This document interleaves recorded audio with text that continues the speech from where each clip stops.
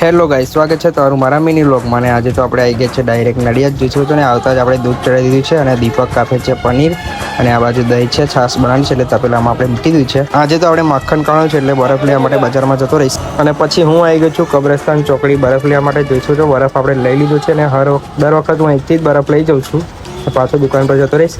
અને પછી હું આવી ગયો છું દુકાન પર અને આપણે બરફ અંદર નાખી દીધો તપેલામાં અને માખણ પણ તૈયાર કરી દીધું છે.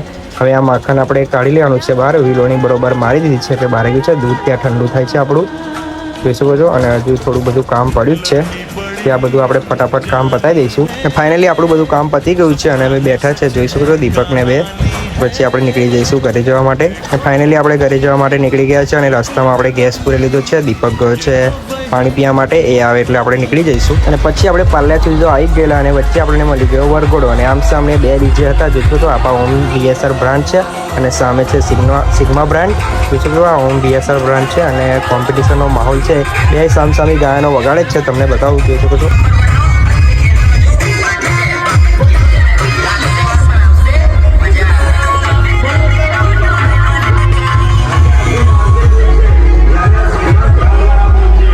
તો ફાઇનલી ગાઈસ આપણે હવે ઘરે આવી ગયા છે. જોશો તો આપણે રિક્ષા પણ ત્યાં મૂકી દીધી છે, જોશો તો ત્યાં મૂકી દીધી છે. અને આપણી ગાડી અંદર ત્યાં જૂના ઘરમાં મૂકી દીધી છે, કેમ કે હવે ગરમી અને તડકો બહુ પડે છે એટલે આપણે ત્યાં મૂકી દીધી છે. અને હવે આપણે જમવાનું બાકી છે તો જમી લઈશું. જમવા માટે આપણે બેસી ગયા છે, જોઈ શકો છો. અને જમવામાં છે આજે બટાકાનું શાક, ખીચડી અને રોટલી છે.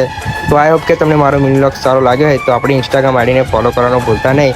જય માતાજી, જય શ્રી રામ.